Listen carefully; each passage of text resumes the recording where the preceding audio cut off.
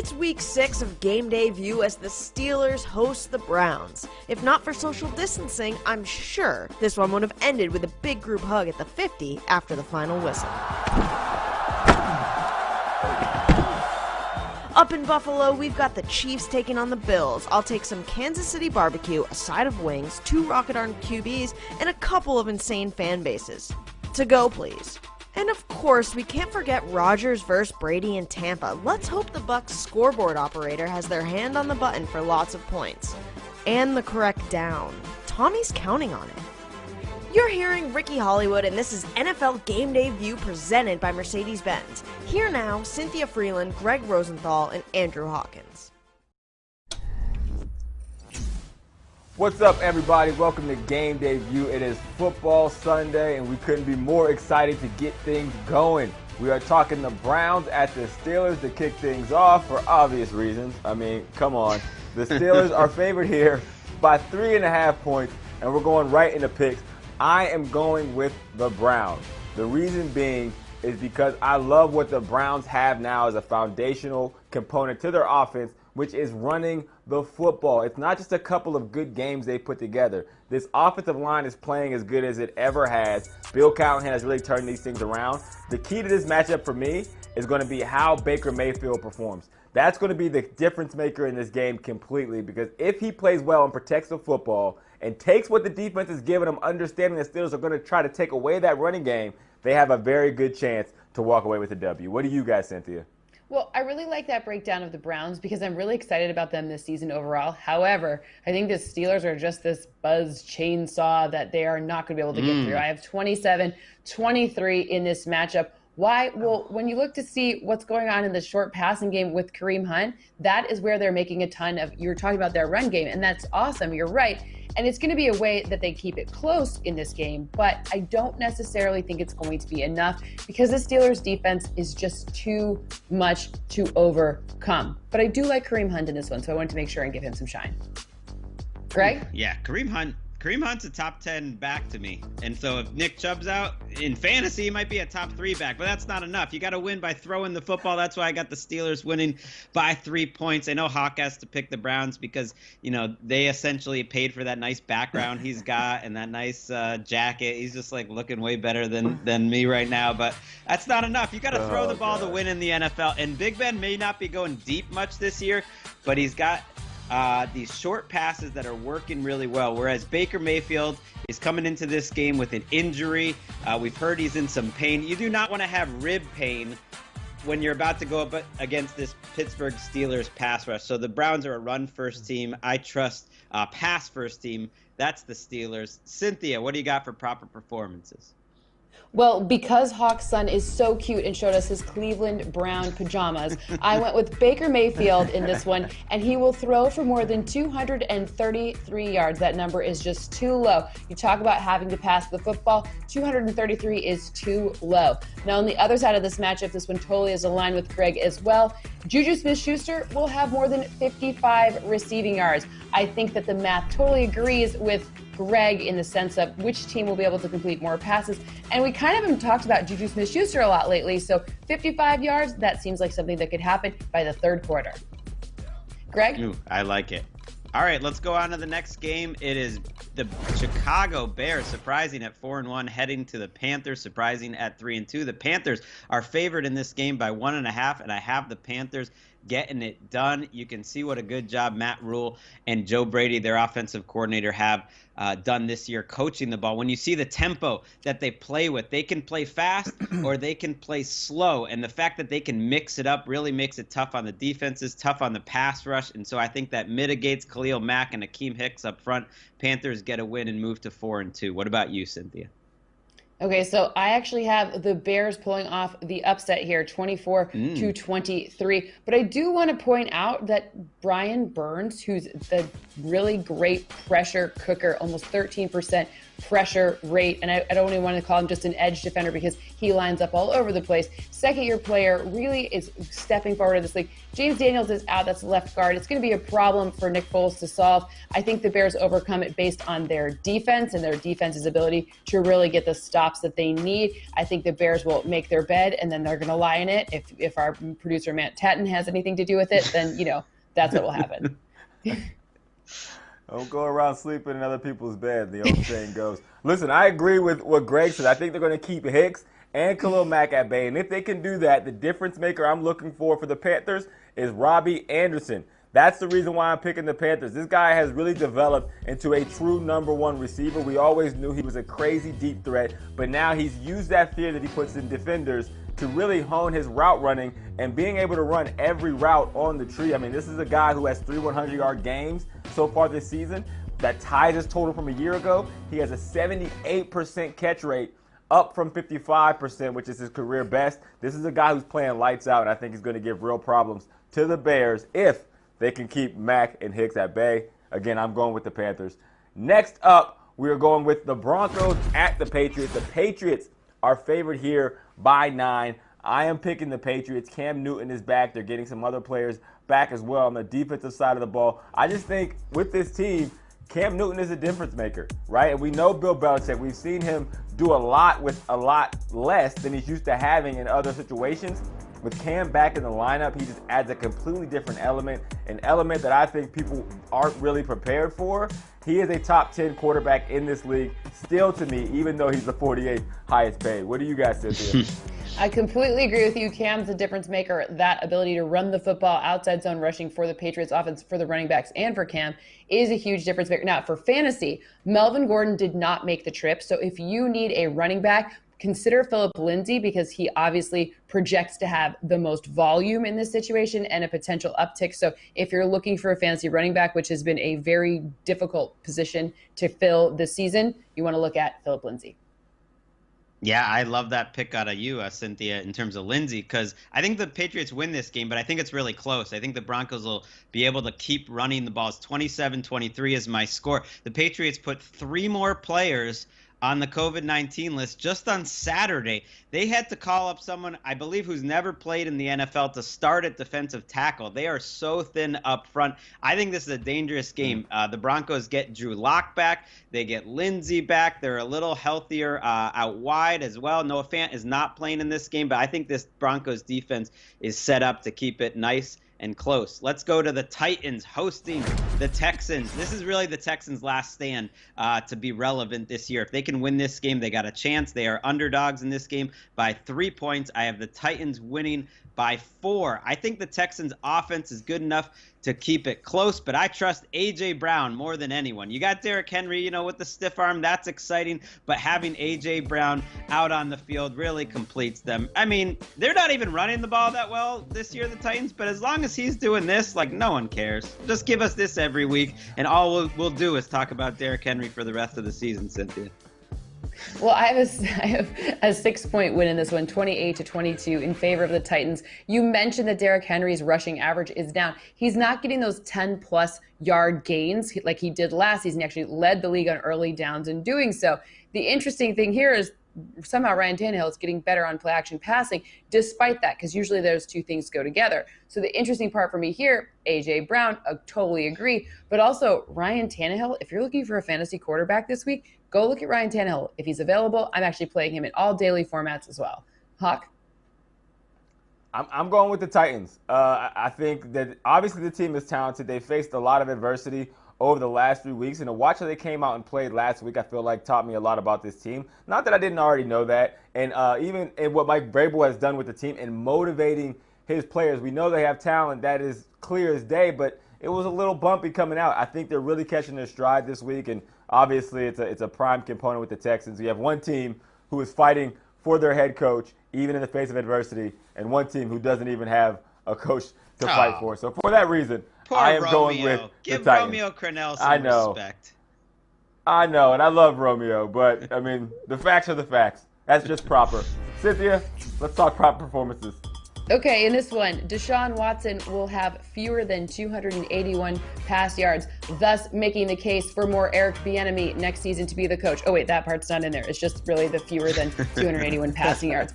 And second, Derrick Henry on the other side of this will have more than 92 rush yards. That Texans defense gives up all of the yards. So Derrick Henry has a great opportunity to go up over 100 yards, kind of get back on track with those deep gashes, those big plays, those 10-plus yard gains that I brought up. This is a Derrick Henry game script for sure in this one, and I love the fact 92, that seems very low to me.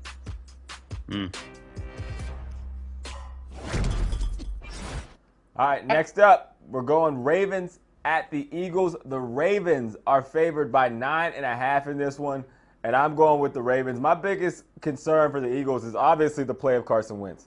He leads the NFL in interceptions, which is, someone has to do that, but I mean, you don't want that out of your franchise quarterback. His trajectory is he's getting better as the weeks go on, but it just still hasn't been enough. They're facing a Ravens defense who gives everyone fits, let alone someone who's already struggling. So again, going with the Ravens in this one. What do you got, Cynthia? I got the Ravens. I have 28-19 in this matchup. I'm looking to see, okay, can we get the situation where Lamar Jackson to Mark Andrews actually ends up at something like 100 yards as opposed to just 50? Because I'd like to see that. He's on my fantasy team. I want to see the fact that, look, Lamar Jackson needs to stay away from the Eagles pass rush. The one bright spot of this Eagles team has been their defensive front.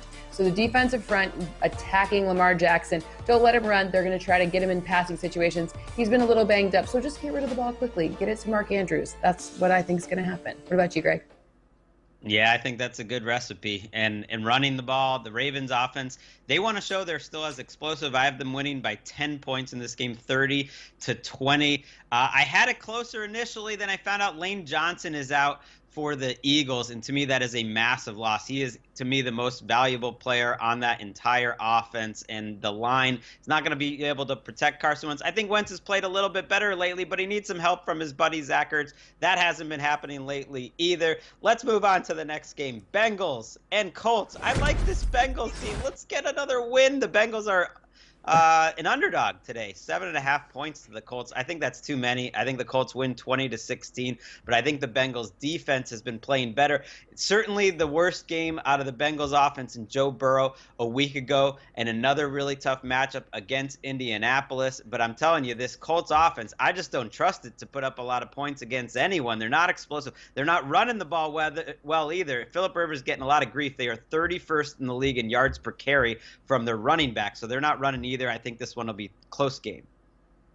I like that you pointed out from the running backs, like as if Phil Rivers is going to start rushing the ball here, which would be kind of funny. Anyways, I have 29-20 in this matchup for the Colts. It's really about the Colts defense and the ability to kind of protect all our different pass catchers. I do think T. Higgins is fantasy relevant still, but I would stay away from almost any other pass catcher in this game. And I just don't think they're going to have enough situational opportunities to kind of overcome the slow pace of the Colts offense and defense. So ultimately in this one, it's just going to come down to the fact that, are we going to see, like, if Phillip Rivers can if they can turn the ball over on Phillip Rivers a few times, then the Bengals have a shot there. Yeah, I'm going with the Colts as well. I mean, offensively for the Bengals, they don't really have an identity that they can lean on from week to week. And I mean, they're facing the Colts. Yes, the Colts have had some offensive woes, specifically with Phillip Rivers, and a lot of people questioning if he's the guy to continue to lead this team. But their defense on the Colts side is number one in the league. And the Bengals are dead last in protecting Joe Burrow. So even for a rookie quarterback who, a lot of times to keep it close has to pull a rabbit out of his hat, I question whether or not they're going to be able to even protect him enough to give him a chance. So for that reason, I'm going with the Colts. Cynthia, let's talk some proper performances in this one. I'm super long on Joe Burrow. In this game, in fact, I have him completing more than 232 passing yards. I think it's going to be interesting to see, like next season, we're going to have these proper performances where the number is going to be like 290, something like that, because Joe Burrow's trajectory is just awesome. But today, 232 is a nice low number. You can go way above that. Second, T.Y. Hilton, remember him? Because he hasn't been around for too much of the season in terms of fantasy relevance-wise. He's going to have more than 57 receiving yards. This is the kind of defense situation that Phillip Rivers is going to want to connect with T.Y. T.Y., his grandmother said it. She said it best, and everybody listens to their grandma. You got to start playing like you want to be there, right? Philip Rivers. Ooh. When grandma right. says it, you know it's real. So. Yeah, if your grandma says it, then it has to be real. That's for sure. All right, I think we're supposed to be taking a break, right? We got to take a break. We got a lot going on. Yeah, we are. Here we go. Oh, Jayon Brown repping the LA Dodgers today. Dodgers in 7. Jayon Brown, a Long Beach native, UCLA alum. Whatever the most okay. painful way to lose is, the Dodgers will find that, whether it's tonight or in the World Series.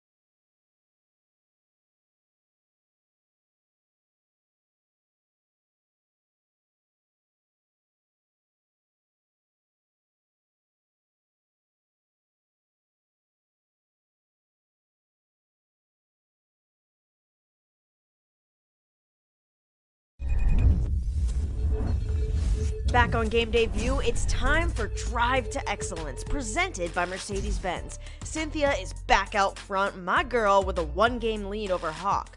Those two would be tied if not for a miss by a kicker who trademarked the nickname Money Badger. Here's some advice. Spend more time on kicking and less time on branding. That was Drive to Excellence, presented by Mercedes-Benz. Truer words were never spoken, Ricky. We both took L's that day. Raheem Morris in the building. His first game as the interim head coach for the Atlanta Falcons. Maybe the second time around will be a little better for Raheem. What do you guys think? You know, Yeah, people it's all slept on upside him here the for the first time Falcons. around. Had some nice moments as a Bucs coach. Then it went a little sideways, but that's the Bucs. I mean, it's Well, all there we go. upside He's here got for the another Falcons. opportunity at it. Exactly. All right, that's what we're starting off this segment. We're going with the Falcons at the Vikings. The Vikings are favored in this one by 4. I am going with the Vikings. I mean, we kind of teased it a little bit with the Raheem Morris conversation. The reality is, I don't think these teams are that different talent-wise. Obviously, the Vikings have had some ups and downs, and the Falcons have played so bad that their head coach has gotten fired. So, in this one, I think it's just a question of how much are these players going to fight in a situation, where they don't have much to play for. That is the reality, and that's a tough thing to do at so early of a point in the season, is to keep that going. So we'll find out a lot about Raheem Morris's ability to get his team motivated with this one. But I'm going with the Vikings myself. What do you guys, Cynthia? I'm with you. I have the Vikings 30, Falcons 24. I think you want to look at Alexander Madison in this matchup. You want to play him in fantasy. You want to look at Justin Jefferson to have a nice bounce back. You want to take all of your, and obviously Adam Thielen, I'm not discounting him. You could also look at Irv Smith Jr. If you're playing daily and you want a tight end, he's super bottom basement priced, and he could be a good option for you so you can fit in some of the other more high-priced guys on this one. And I know that Greg really loves it when my little score is, lit up with yellow because it's a Freeland's finest. So, Greg, is this one of your Greg's greatest? Yes, this is the Greg's greatest pick of the week. I got the Vikings by 10 points in this game. I mean, the Vikings offense is great right now, even without Dalvin Cook. They're Irv Smith, you said it. We need more Irvs in the world. We need more Falcons defensive players who can get stops too. They won't have Takk McKinley today. I just don't think they have much of a chance. I feel good about this Freeland's finals. Let's go to our next game in the NFC East. Washington at the New York Giants. The Giants favored by 2 in this game. I have the Giants winning by 2. That was before it was earlier in the week when the favorite status was a little different. The whole thing is I'm trying to split the difference here. You got to pick a team. How can you like either one of these teams? I don't feel good about the Giants offense. I don't feel good about Washington's offense. We might get another tie here. That's possible. What do you think, Cynthia? Can you please use the exact same rationale about this was earlier in the week, my 24-22 final score. I really did not want to pick one. I don't feel good about either one. The model says all of those same things that Greg just said, so that's why my score is exactly 2 points as well, 24-22 in this matchup. But I would still play Terry McLaurin, and I would still play Darius Slayton.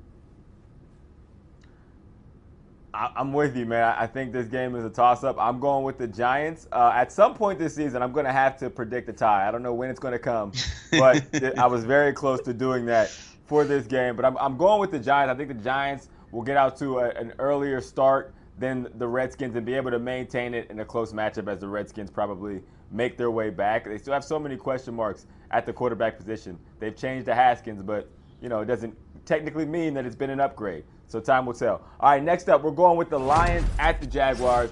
The Lions are favored by 3 in this one, and I am going with them. Cynthia, I know your heart smiles and beams with pride with that, but I think the Lions give their head coach a little bit more wiggle room as the walls feel like they're closing in on this coaching staff. I think they get the W against the Jacksonville Jaguars. Cynthia, what do you got?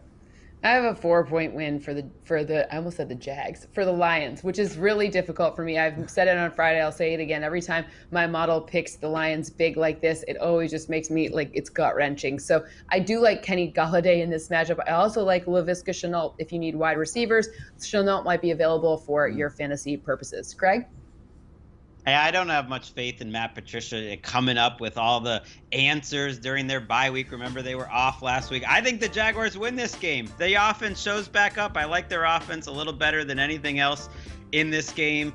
And if the Jaguars do win, we're seeing some reports out there that it's starting to feel like do or die time for Matt Patricia. So this is a very important game, and I just like the Jaguars. They come out, they play hard every week. They make some mental mistakes, but no one can out mental mistake the Lions. Let's go Jags. Miami versus the Jets. The Dolphins are favored in this game by 9.5. I like them winning by 2 touchdowns. They've won 2 games this year by blowouts, the Miami Dolphins, which is hard to do. Not a lot of teams have done that. They got some talent, and they're good when they get ahead in games because then Brian Flores starts dialing up those blitzes, and Ryan Fitzpatrick just feels free to take shots down the field. This Dolphins team, I think, is going to be around. I think they're going to be relevant all season long. What say you, Cynthia? I say a 10-point win for the Dolphins, 29-19 in this matchup. One interesting note here that could keep the score maybe lower than expected is that the Dolphins actually, their defense has actually not allowed teams, so when you look at 3 and outs, right, they don't allow teams to get off the field quickly. They're not kicking teams off the field. They have the highest 3 and out percentage. It's kind of like golf. You want that number, it's the opposite, right? Your offense, you want that number to be low. Defense, it's not good. Fewest 3 and outs. I just totally did not say that quickly or evenly or anything that's good. It's just know that they're bad at 3 and outs on defense. Okay, perfect. Hawk, help me, Hawk. Take me away from my misery. I picked it up. Yeah, I'm going with the Dolphins, Cynthia. I can say what you're trying to say. The Dolphins will win, period. That's what it is. You have Freeland's finest. Greg's has Greg's greatest. This is Hawk's hottest pick, okay? The Dolphins will win big here. The Dolphins team, they play hard, man. I mean, besides the fact that they do have a little bit more talent than the Jets, and the Jets don't know which way is up, Brian Flores has this team playing hard, and he has from the very beginning. And because of that, I think they win very big here. All right, going to our next game, we have the Packers at the Bucks. The Packers are favored by 1 in this one. I am going with the Packers. Aaron Rodgers is playing outside of his mind, and I think it's the product of you seeing him getting comfortable in this LaFleur offense. On the other side of the ball, the Bucks, I'm looking at Tom Brady. I want to see what he does against another elite quarterback because I know that matters to him. I think he has a strong belief that people are judging him from that nowadays, and he hasn't had a good trajectory going against other elite level quarterbacks. So I want to see what he does today. How about you, Cynthia?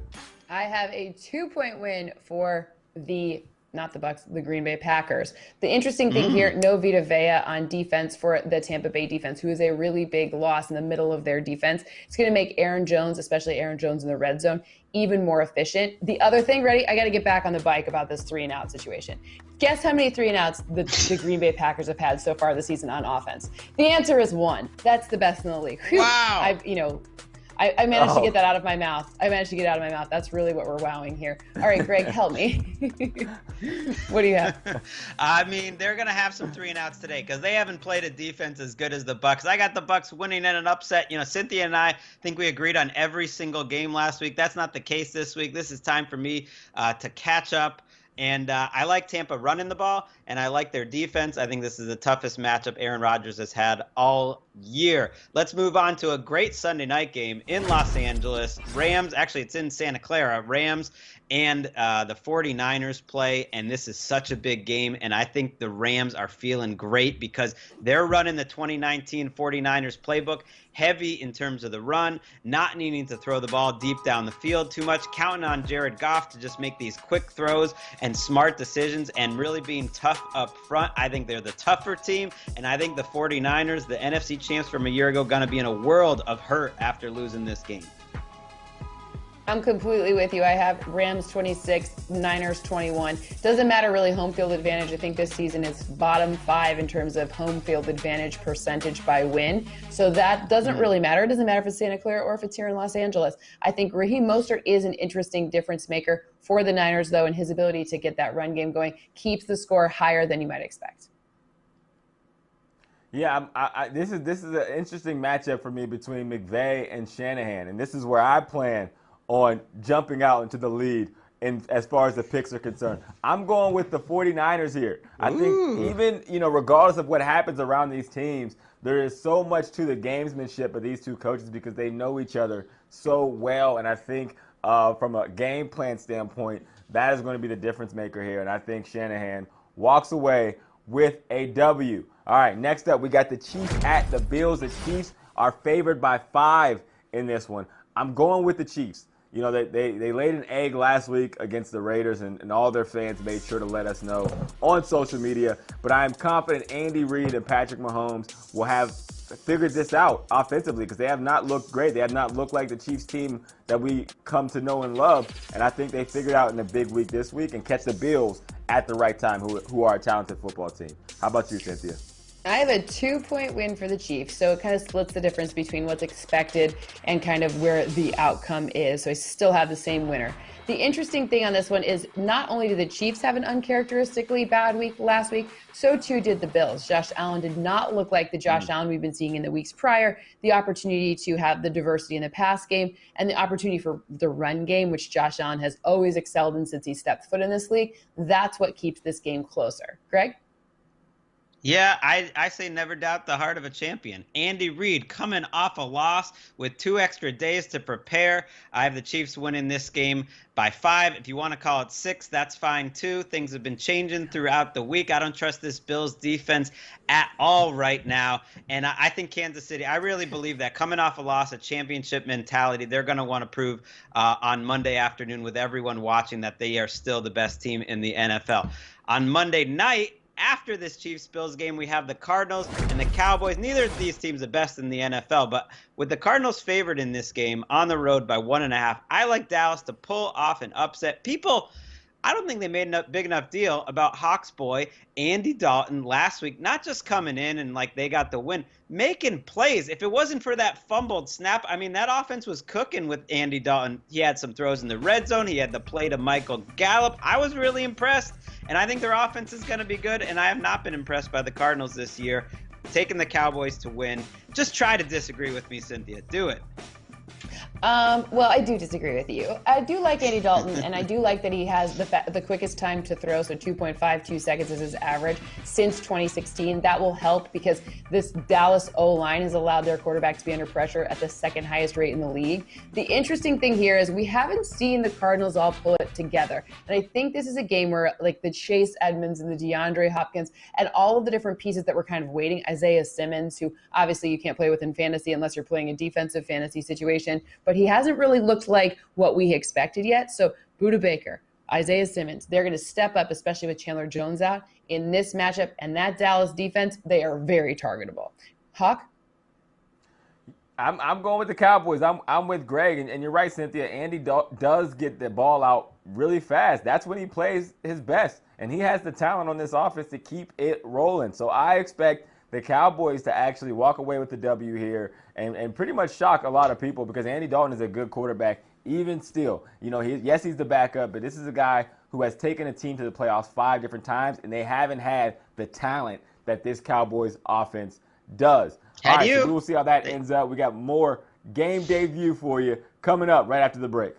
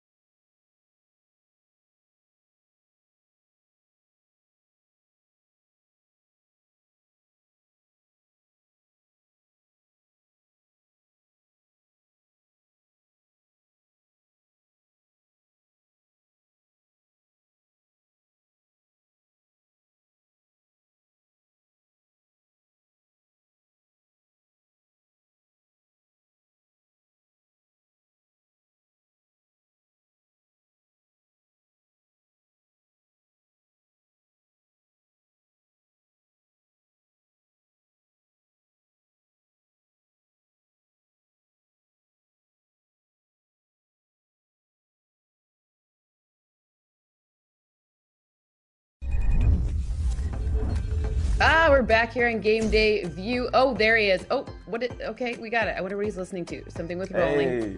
That's Odell Beckham Jr. He's going to play today. That's a big plus. There was some concern earlier in the week. I mean, he's got to get sure that thigh pad's on, right? Looks like he's little boxing, little shadow boxing. We got kids watching. We got kids watching. Okay, all right. Well, it looks like he's going to play. That's good news for your fantasy team. You know what else is good news for your fantasy team? Figuring out where the points are. Let's play it. Ready? Where you got them? You got your foam fingers, y'all? Okay, Absolutely. Great. Bears at Panthers, more or less than 44 points. More or less 44 points.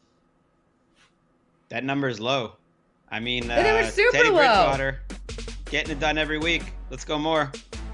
I like both of the running backs in this situation, and sometimes that means that the points go lower, and in this case, it actually means it goes higher because it's a better opportunity for the passing game to work in this one. All right, we got the next game. Ready? More or less. I have to flip this around because everything was just more. Texans at Titans. More or less than 53. That's 5 3 points. More or less than 5 3 points. I'm going good. less. Me and Hawk agree. My pick is brought to you by my son. He said he doesn't trust the Titans offense to keep it going, and the Texans either. Okay, well, that's the best analysis we can do on anything possible here. So I think we will just go with that. I have 50 points projected in this one. Me and Hawk's son, we are in lockstep on this one, and that is absolutely who you should trust. Last but not least, Bengals at Colts. More or less than 46. That's 46 points. More or less 46. Bengals and Colts. Colts and Since when am I the up and you guys the down? This is opposite. Yeah, this is the first here. time all year I think I've gone down. I've been on Team Moore all season, but these are two offenses I just don't trust, and two defenses I do. I just think Joe Burrow will hold up his end of the bargain. What do you got, Hawk? Yeah, I mean, the Bengals burned me last week. I'm not fool me once, lay in your own bed, fool me twice, or something that Ted said. All right, that does it for us this Sunday morning on Game Day View. We will check you back here Friday, same time, same place as always. Peace.